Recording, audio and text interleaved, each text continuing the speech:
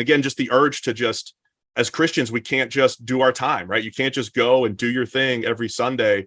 We're all called to be ministers in some way. So I just wanted to be a part of what was happening.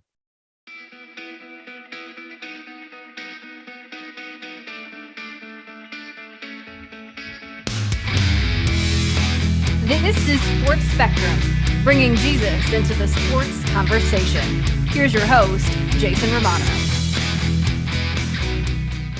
Steve Palazzolo, welcome back to Sports Spectrum, buddy. How you doing? Doing great. Thanks for having me back, Jason. Absolutely. It's good to see you. It's wonderful to talk to you because that means we're getting close to the NFL season, which for you, it never stops. For me, it kind of never stops as well. But when we actually have games and a season to be in the midst of, that's the most exciting time. So we appreciate you. Your work with Pro Football Focus is phenomenal. And it's wonderful that we get to talk a little bit of football. And then we'll get to some of the serious stuff, if you will, and some really neat and important things that you're doing outside of the realm of football. But I'm curious, for you, let's start here.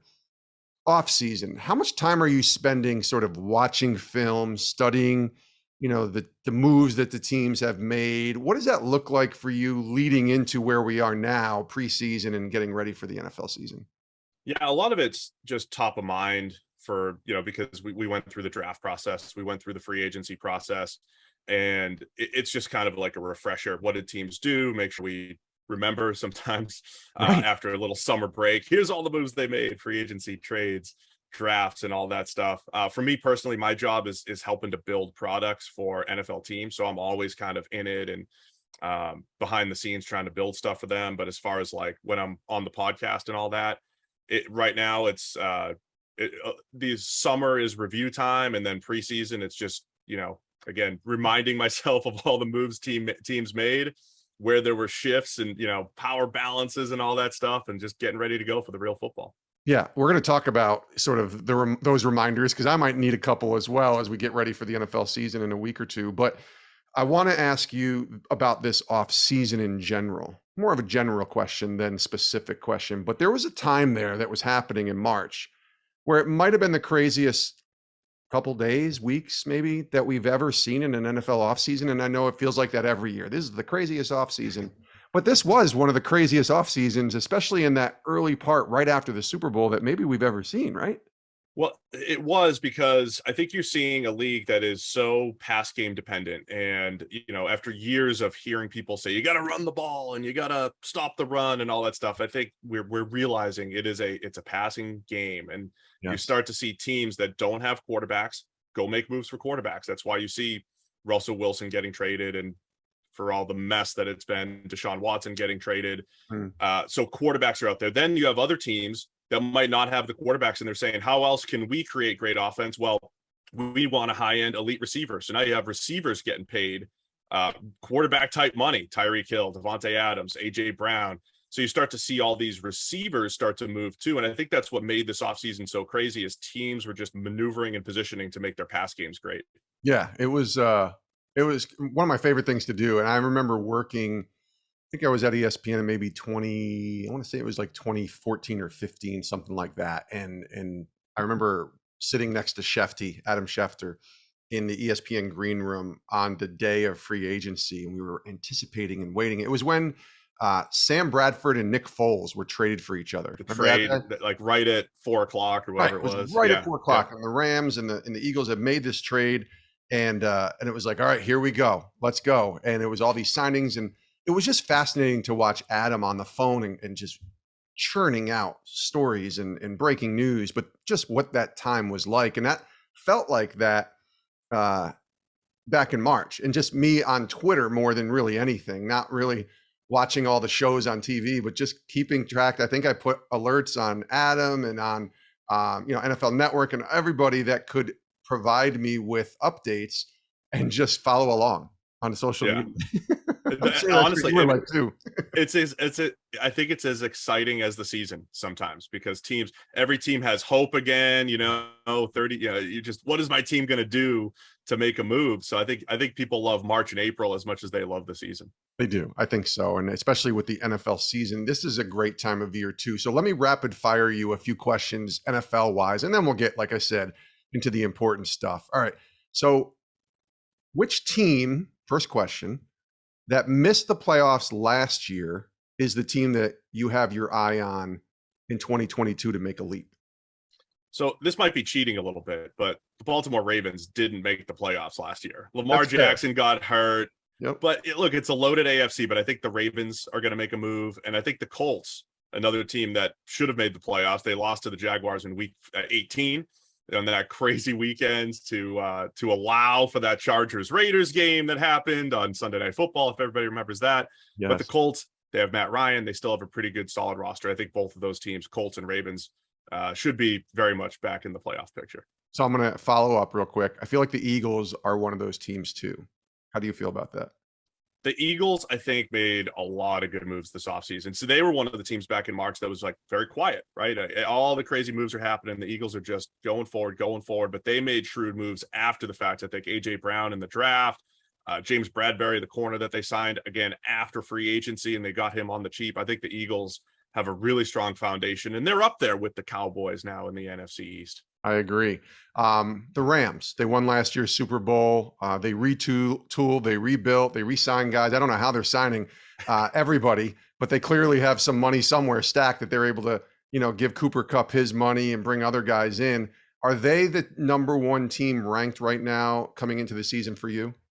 Yeah, I mean, sometimes it's easy to just say, the team that won the Super Bowl, they're number one. But I would look at the Bills, I would say, as the team that I think you're 13 seconds away from seeing them in the AFC Championship last year in Buffalo with the wind and the cold. And not saying the Bengals wouldn't be able to go into Buffalo to beat them. The Bengals went and beat Kansas City in Kansas City. But the Bills were very close, I think, to being the AFC representative last year. I like what the Bills have done. So I'll say the Bills are the top team, but the Rams, even losing Von Miller and some of their moves that they've made, the Rams will very much be in there. The Bucs still have to be up there, and the Chiefs will still be up there. But I'll say the Bills are the top team and the team to beat right now. Can you imagine if that city ever won a Super Bowl? Oh, they would go crazy. It would be crazy. You thought it was nuts when 90s. Philadelphia won one. Yeah. Just imagine Buffalo finally winning their first Super Bowl, and they're not that far away. Yeah, they have every single piece they need.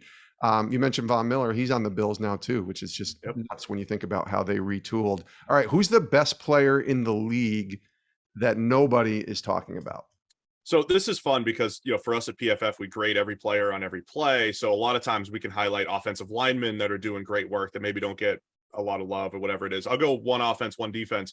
Okay. Devondre Campbell, the linebacker for the Green Bay Packers last year, was a guy that just completely broke out, like kind of transformed that Green Bay Packers defense. They haven't had a good linebacker in a long time. And Campbell was just flying around, making plays. So he was fantastic last year. They just paid him a whole bunch of money.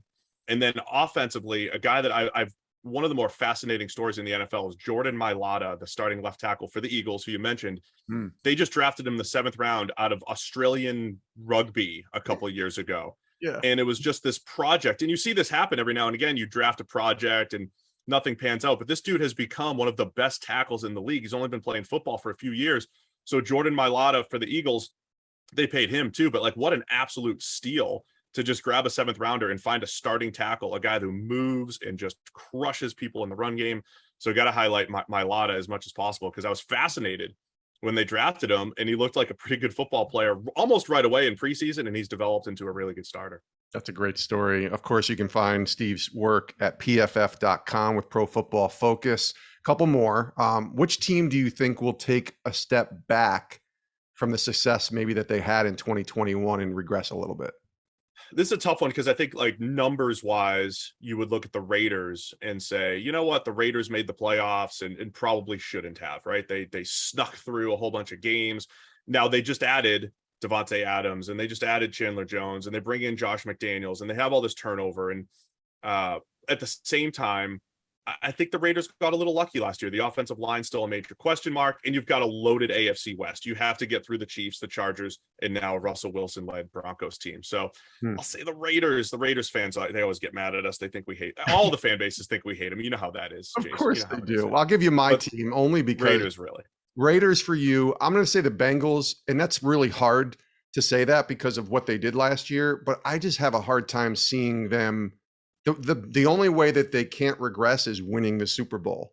Right. And I think with all of those other teams that you just described, I think the Bengals, and especially hopefully a healthy Baltimore Ravens team. You know, that AFC North is always tough. We'll know quickly here what's going on with the Browns, and certainly, you know, the Steelers always have a tough team to battle with. I have a hard time thinking the Bengals, although they have a lot of good talent, obviously, that they'll be able to do what they did last year. Is that regressing if they won the division and lost in the first round or second round?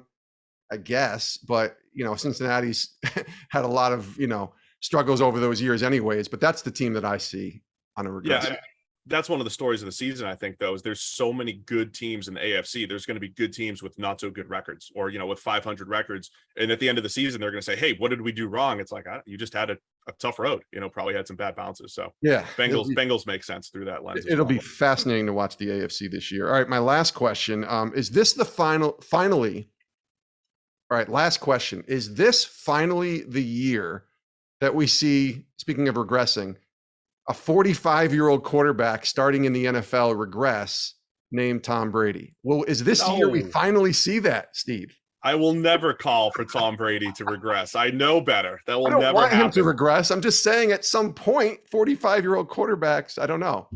I really bought into his retirement. I really thought for that 40 days that he was going to be gone, but it's probably one last run. I think he'll still be fine. He's got a good supporting cast. They still have a good offensive line. Add Russell Gage, so they have that third wide receiver that really hurt them in the playoffs, not having that depth at receiver. I think Brady's still going to have it. He's still throwing the ball well. When you look, like when Peyton actually regressed physically and Drew Brees regressed physically, you started to see signs of it in their last couple seasons. You don't see that with Tom Brady. Like, he is still has a good velocity, still gets the ball down the field very well. So there's no physical regression with TB12 so far. It's funny with him, just to piggyback real quick.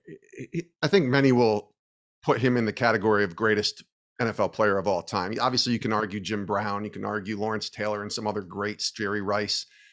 But most people are starting to bring him and elevate him into that number one spot. But I think he's doing the greatest. It's the greatest achievement of an NFL player, maybe a professional athlete that we've ever seen, because of the longevity, but also because of the dominance within that longevity.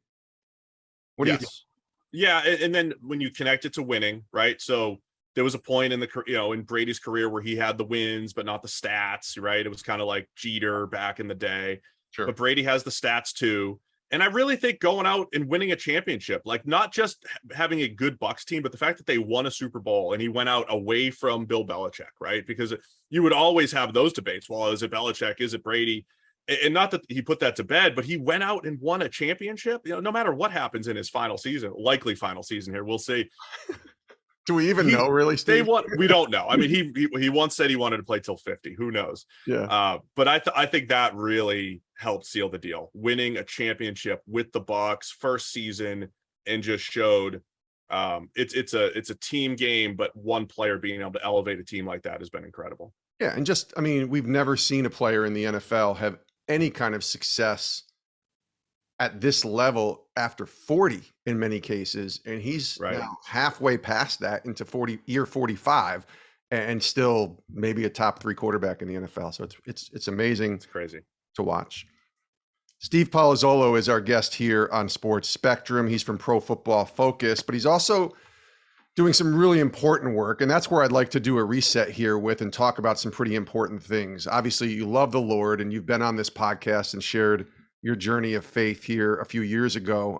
And we'll link to that in the show notes if people want to go back and hear Steve's story, former minor league baseball player, professional baseball player. So you got a really awesome journey that you shared with us a couple years ago on the podcast. But I remember in that conversation, we barely touched on, in that episode, your work with Hope Over America. And I'd love for you kind of to share a little bit again about your involvement and how you got connected with Hope Over America. Actually, it used to be Hope Over Heroin, and just kind of talk through what that ministry is, because you got a really cool project that I want to get into as well with them. Yeah, just to give the general background, my wife and I moved to Cincinnati because of PFF. Cris Collinsworth, the PFF owner, lives right in northern Kentucky. It's right over the river. So he moved us all to Cincinnati back in 2016. My wife and I ended up finding a church called City on a Hill. And we were really drawn to the church because of the outreach that they have, right? So there's a couple different names here, but they have an outreach called Heritage House, where we bring men in. It's a faith-based recovery program. We bring them in and help them find the Lord, most importantly, but they get off drugs along the way, which I think helps separate that as a program. We're not necessarily preaching against drugs. We're just preaching Jesus to them. And Right. in turn, they recover. But Heritage House, which is the actual program where we bring guys in and they stay with us and they come to church with us and all that stuff, that started from what we called Hope Over Heroin back in 2014. My pastor and a few other pastors in the Cincinnati area, they had just a huge, the drug epidemic is just massive in Ohio. There was a weekend in a city called Hamilton in Ohio where there was like 20 overdoses or something. It was 18 or 20. And all these pastors were like, we got to do something about this. So they started this huge outreach called Hope Over Heroin. And the first one was in Hamilton, Ohio.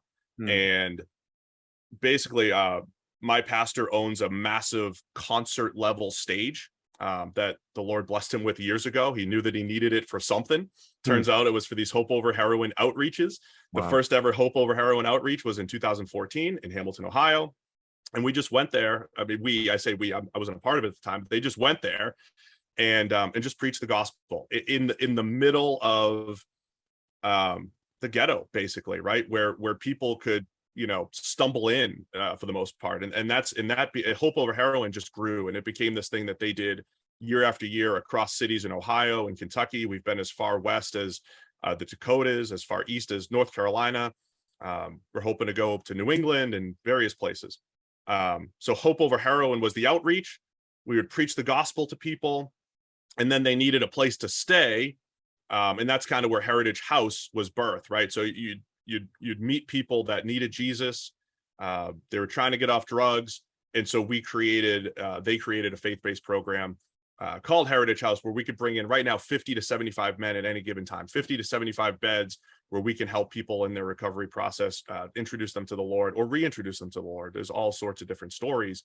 And that's where it's all been connected. And then the Hope Over America aspect of it is just what we're trying to do going forward, kind of, I don't want to say rebranding, but kind of renaming all of that Hope Over America, because it's not just heroin, right? I mean, there's fentanyl, there's all the offshoots of drugs, but people need hope over absolutely everything, right? Because again, we don't go up and preach about don't do drugs. We just preach, hey, you all need Jesus. And you're sinners just like we are, and we all need a savior. And so we're talking Hope Over America as this more expanded outreach that hopefully we can get to all the parts of America, particularly the ones that really need it and the ones that have some addiction problems. You guys got a documentary that we're going to talk about in a second, which is a really great thing that you're doing. But why did this tug at your heart? Why was this something that you just felt like God was saying, hey, I gotta jump in and help with this? What was it about it that tugged at your heart? It's really amazing, because I went through a period in my faith journey and in church where I just wanted to show up to church and do my thing and leave, right? And I think a lot of Christians do that, right? Like, let me go put my time in on a Sunday and let me get back. I got to get back to football, right? I got to get back to what I'm doing on a Sunday afternoon or whatever it is. Yeah. But the first time I saw these guys, they were sitting in the corner of the church, sitting on a hill, and I'm like, this is amazing. They'd rush the altar just to worship God, and you could tell there was something there. And then and it was just something. First off, I wanted to be a part of it through that lens. Like I felt the urge, like I need to do something. I can't just be sitting here and just having this, falling into religion, really, which is just show up to church and go home. But then you realize how much addiction has affected people, and it's affected I assume every listener right now has had some sort of connection to addiction. And I look back at my life, some of the guys that we highlight in the documentary have just crazy stories. We could talk about them in a second. Crazy stories. My story's not crazy, but it's like, I grew up in a suburban cul-de-sac in New England, 14 houses. But I look back and I'm like, out of the 14 houses, I had like 10 friends there, and we'd play games. It was great. Quintessential, beautiful America. But there were 3 people that fell into addiction just in my neighborhood one ended up overdosing and dying at one point. Mm. I had a high school teammate overdose, high school basketball teammate. I had a college baseball teammate overdose and die. I've had professional baseball teammates overdose and die. So I didn't grow up in this drug culture like some of my new friends did, the guys who came through Heritage House. Some of them have been doing drugs since they were 10, 11 years old. I don't have that story, but we've all been connected to this, high school classmates and teammates or whatever it might have been. So it's affected all of us. And you just see, and then I was drawn to the effectiveness of it, to the fruit of the program, that we were bringing people in, and it wasn't just come in for 12 months, here's your certificate, and then push people out. Like, we brought people in, the Lord changed their lives, radically changed their lives, and now they're a part of our church, or they're a part of our ministry, or they're giving back. Or my friend Cody was, he came out of the first the first Hope Over Heroin event, and now he's a preacher. Like, just 6 years ago, the guy was, shooting needles into his veins, and now he is a preacher of the gospel, has affected thousands of men. He leads the house, literally affected thousands of men. I think it's going to be millions at some point, right? So seeing that effectiveness is what really tugged at me again. And again, just the urge to just, as Christians, we can't just do our time, right? You can't just go and do your thing every Sunday. We're all called to be ministers in some way. So I just wanted to be a part of what was happening. I hear the words, or think about the words, of being the hands and feet of Jesus. That's I don't know if that's a Christian term that we hear a lot, but certainly I hear it a lot in my church circles. But that has to be truly what this is when you're looking at the work that some of these people are doing, including yourself, being the hands and feet of Jesus, right? Yeah. And here's the thing too, like, it's what we try to focus on is discipleship. It is a discipleship program. So we bring these men in, and it's just a men's program right now. We'd love to have a women's program at some point, if that's where things go. But it's really the discipleship of it. We bring these guys in, and they're in church 4 out of 7 nights a week. We give them jobs. The jobs help pay for these things. But it's really, again, it's a discipleship, and it's a gospel driven program, right? It's preaching the gospel. It's, and guys think that they're coming to just get clean, right? And a lot of them have been to other programs. That's one of the more common stories. This is program 12. This is program 15. There's one guy who's in program 40. It's ridiculous. They've been to all these other programs, but because we're not just, nothing against 12 steps or anything like that. We really say it's not 12 steps. It's really one. Take one step to the cross, admit that you're a sinner, and all the addiction is just sin that you need clean from your life, right? I mean, so it is being the hands and feet of Jesus and just preaching what Jesus preached, and discipling and helping guys through. And then it's amazing seeing the snowball effect, because like, if you come to like a worship service at our church, the drummer, 2 guys playing guitar, I mean, they all came through the program, right? So now we have guys who are part of everything that we do, either helping out with the program, serving, being a part of the outreaches, preaching, whatever it might be. And so you really start to see that effect, because they've been discipled and not just given a certificate and said, hey, you're clean, go back out. It's really, life-changing events for these guys. Yeah, it's coming alongside them. And I watched the documentary, and I got to ask you about it. It's called, the documentary is called Hope is Here. It's part of the Hope of America, ministry, and it's fantastic. What I saw was a screener version of it. By the time people listen to this, it's going to be available on YouTube, and we'll link to it. It's free. People can just watch it, right? There's no fees or anything that you have to pay to watch this, but it's really, really well done. And I thought it painted a beautiful picture of not just how the gospel can change lives, which is obviously the most important thing, but the process that some of these guys have walked through, as you described. Why this documentary? Why was this so important? You're an executive producer on it. Why was this so important to put together these stories in this form? Yeah, I mean, honestly, we could do 5 documentaries. We could do 10. I mean, there's so And many. you may do more, stories have right? changed. Yeah. Our Hope Over America YouTube channel, hopefully we'll be able to capture all the stories. But I just wanted people to know what God was doing, right? It's not about, the ministry. And again, I think in Christian culture these days, a lot of people like to prop up what they're doing, right? I'm the minister, I'm the guy, come see me, I'm going to give you this, this, and that. It's really not about that, right? It's really about, here's what God is doing in their lives. And I wanted people to understand, well, because here's part of it too. I think the people who don't understand, or even lawmakers who don't understand how to help people get off drugs, are pushing stuff forward like, oh, let's just give people clean needles. As long as people have clean needles, like that's actually happening these days. Wow. They're saying stay on drugs, but use clean needles, right? Because people are hopeless, right? People do not have hope, because when they respond like, oh yeah, someone else overdosed and it's my cousin's friend, or it's this person, and people feel like they can't do anything, right? People really feel like, well, it's just hopeless. They're just addicted. It's a disease. It's hopefully they get the help that they need. And a lot of people respond with a hopeless attitude, essentially. And I wanted to spread the word that, first off, hope is here. That's the name, right? There is hope. And we found something that works, and it really is following Jesus, right? I mean, it really is a simple Christian tenet. I think when you go through the Bible, God's very process oriented, right? I go back to like my baseball career, right? When I was pitching, by the end of my career, I said, as long as I can drive my hips forward, if I just control my hips, my hand is going to get to where it needs to go, right? My arm, everything else is going to fall. But all I need to do is drive my hips. I had this one cue in my head: drive your hips, drive your hips, drive your hips.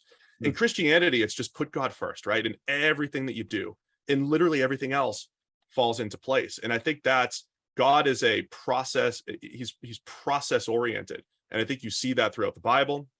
And I think you see that with all of these stories. The guys just, I think their desires changed, right? Everything changed because they just took one big step toward Jesus. And I wanted people to hear that, there is hope for these people. There's my friend Frank, who is in the documentary, who's ready to jump off a bridge a week before he joined the program. And Cody, who I mentioned earlier, my friend Randy, who came in as an atheist, and 2 years later is adopting children because he's equipped to adopt children, and he has his family, reunited. I wanted people to hear these stories, no matter where you are in a Christian walk, whether you're not a believer, but to understand that there's hope for the drug epidemic. There's hope for people in your life, whether they're addicted or not, and that, Jesus is the way, right? And there are these unbelievable, tangible stories of life change that are just, they're crazy. And I didn't even get to tell half of them. I can imagine. You had to cut so many. Much. Yeah, there's so many. That's wonderful. And what's really neat too is that you're using your platform. Obviously, we love football, and I love sports, and we're able to kind of do some really neat things with the jobs that we have.